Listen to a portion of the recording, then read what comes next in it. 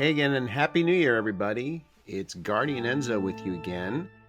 And I just wanted to take a few moments here to do something for Red, who won my top 10 contest on the website. I have a contest every year for whoever can come the closest to guessing my top 10 anime of the year. And this year, Red was the winner. Guessed all 10 of them, in fact, as did another loyal LIA reader. You like Rice, but Red came closer to getting the order. So his prize, I've done a couple years in a row now, is a custom top 5 on any topic that the user likes. And I thought I would do that this year in video form since we're doing YouTube now. So why not? Just it'd be fun. And Red's request was for the top 5 antagonists in anime and or manga. And it's a great request. It's a very interesting one. It's a tough one too. All of these top fives are insanely difficult because picking only five in any category as to encompass all of anime and manga is insane. But it's an exercise for fun. So I thought, what the heck? Let's give it a shot. Let's do a little YouTube take on it. So Red, thank you, and thanks to everyone who guessed and congrats on coming closest in the contest as well. As far as the top 5 villains, antagonists, I'm only picking 5. I will say I could easily have picked 20. I'll also say these are not in any particular order. So I simply wrote a list. And I'm also going to mea culpa that I'm sure that I've forgotten someone. I'm going to kick myself later, or someone will kick me when they tell me. But these are the 5 I came up with after a little bit of grinding on this, and I'll start with. I'll just go in the order I wrote them down and circled them. So I'm going to start with Meruem from Hunter, and Hunter, and Meruem is a. You could actually choose a number of villains from Hunter. In fact, one could even say Hisoka, who would be a great choice as an antagonist. And frankly, I almost feel like Hisoka. It would almost be unfair to choose Hisoka because he's in another category. I don't even know what he is. Meruem is definitely an antagonist, so I'm going to pick Meruem because, and again, I'm going to keep this as spoiler free as possible. But the thing about Meruem that I love is that he has an incredibly long and contextually fascinating arc. There's so much development and so much movement with this character from the time he's introduced to the time he leaves the stage. And it's almost one of the greatest non-main character arcs I've ever seen in any anime or manga. Togashi just hit this one out of the park as far as I'm concerned. So Meruem, of the many Hunter villains, antagonists you could choose, and with apologies to Hisoka, who I think almost is a sans category one, he could be in any class. I'll have to do a separate video about Hisoka. I'm going to choose Meruem and say he's the pick. Next up is Askeladd from Vinland Saga. And Vinland Saga is a series that's full of great characters. And I choose Askeladd because he falls under the Tywin Lannister Magnificent Bastard category, which is one of my favorite character classes. Askeladd is a magnificent bastard of the First Order. He's just an amazing character. A villain in many ways, an antagonist certainly, but it goes much deeper than that, as it really does with all these characters. And he, in many ways, defines the part of the manga that became the first season, hopefully of more than one, but the first season of Vinland Saga, the anime. It's really Askeladd's story in a sense. So it almost really could even say it feels like cheating to choose him because he's almost the protagonist of the first season, but he is the antagonist, so I think he qualifies. Incredibly smart, incredibly complex, full of shadows and darkness, but there are so many revealing moments with Askeladd over the course of the series that I just love.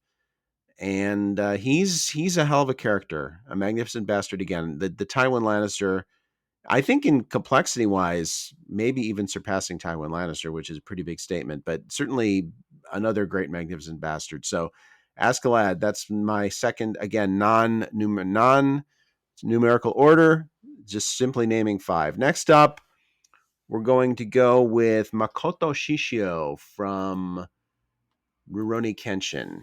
And I could have, there's a number of characters I could have picked here, including my runner up, one of my runners up, actually. I'll give you a few runners up at the end. But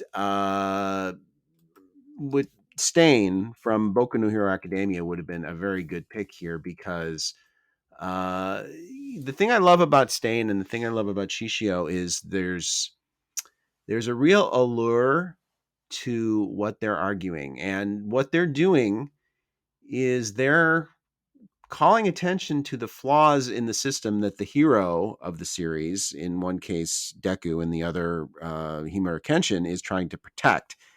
And they're really doing a service to the story by doing that and asking uncomfortable questions on behalf of the mangaka, which I think they both do. Shishio is the choice because he dominates the entire Kyoto section of Rurouni Kenshin, which is arguably the greatest arc in the history of shonen manga, certainly in the top 5.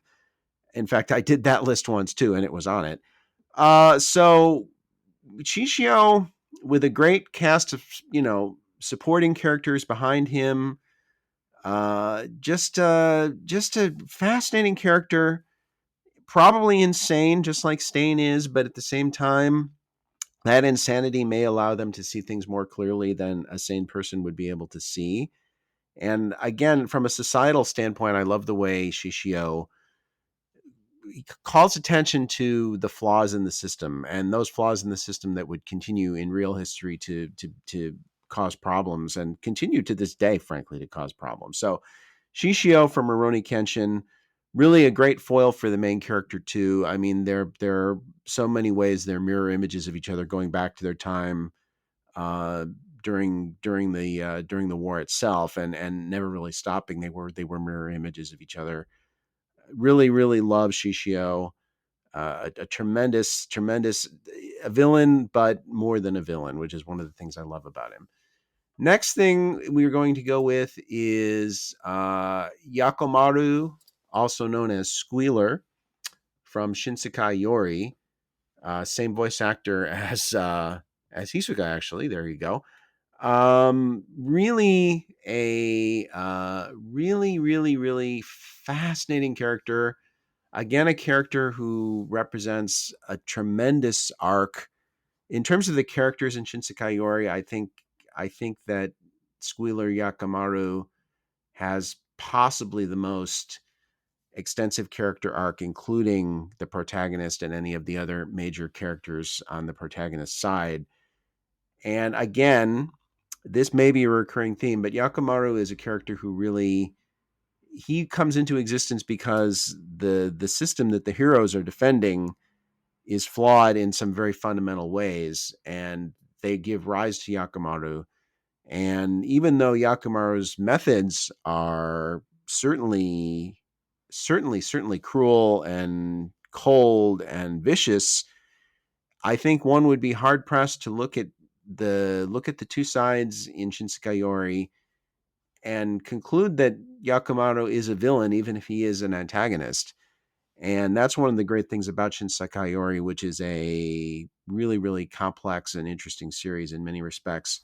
The anime is wonderful, and the performance by Namikawa Daisuke as he is with Hisuka, just off the charts, fantastic performance by Namikawa Daisuke, and that really helps to make the character. I will say, though, for those of you that get the opportunity to read the Shinsekai Yori novels, I would highly encourage it, because the anime, as wonderful as it was, did kind of mess up the last act, and it's really the final third of the story is much more coherent and much more poetic in the novels than it is in the anime. So I strongly recommend that you check that out if you have the opportunity.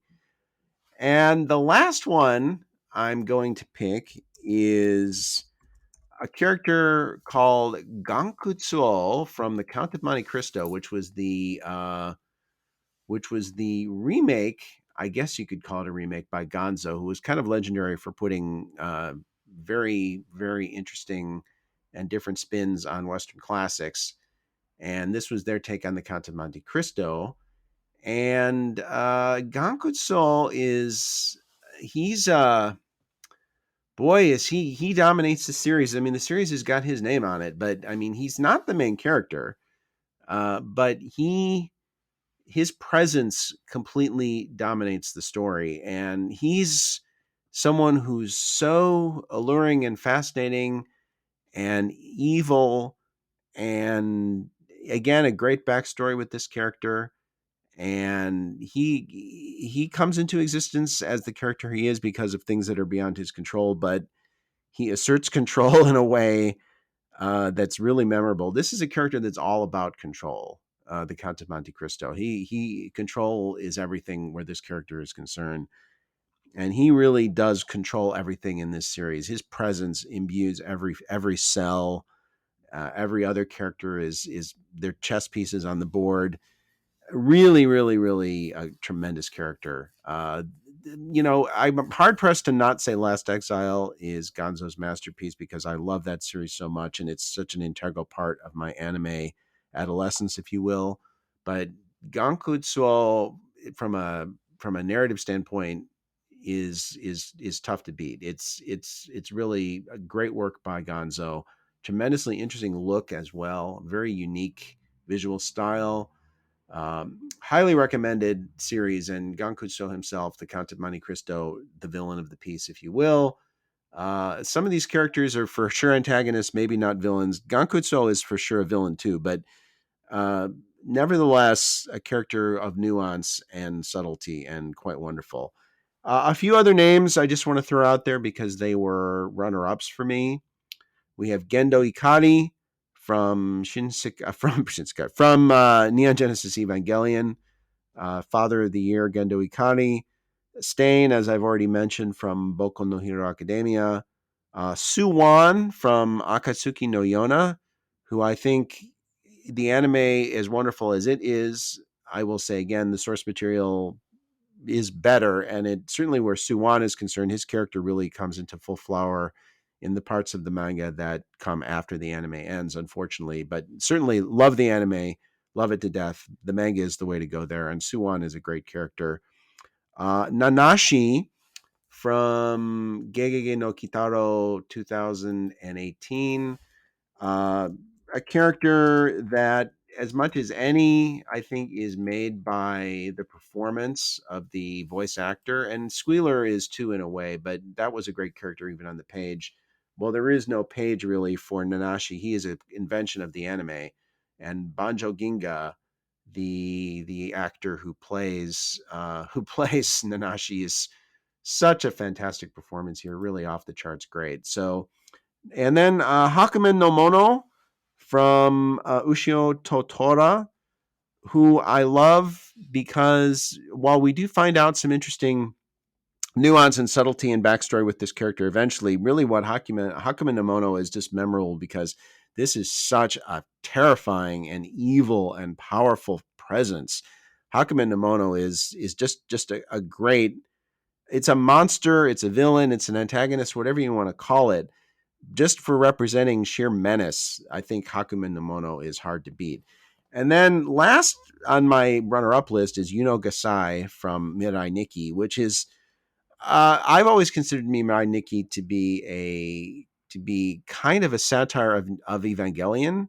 Not everyone agrees with me on that, but I really truly believe if you go through the series chapter by chapter, episode by episode, you'll see that it really is actually, I think, a piece by piece Evangelion satire. But while Yuno Gasai does not correspond to any specific character in Evangelion, Yuno Gasai is just a great pulp character. And Mirai Nikki, it ain't going to win any Pulitzer Prizes. It ain't going to win the Nobel Prize for Literature, but it's great, trashy pulp entertainment. And Yuno Gasai is the epitome of that. She is something else. So that's my list of top 5 and some runner-ups. I do find here that shonen manga and anime are strongly represented on the list, which I guess is not too surprising, although there's some other figures here as well, especially from Seinen. But shonen dominates here, and I guess that kind of makes sense because the shonen action series often have the traditional protagonist and antagonist format in its most pure. So I'm not too surprised to see people like Shishio and Meruem and even Stain on the runner-up list. Not too surprised to see them show up here. But anyway, I hope you enjoyed that. It was certainly fun for me to go down my recollections and come up with some names here. Again, I'm sure I've forgotten someone that I'm going to kick myself for later. Feel free to tell me who that was in the comments. And I hope you enjoyed that. We'll have more videos to come. And again, I want to wish everybody a happy new year and a great 2021. Thanks for listening. If you like, please subscribe and like, of course. And I'd love to hear your feedback in the comments. Thanks, and stay frosty.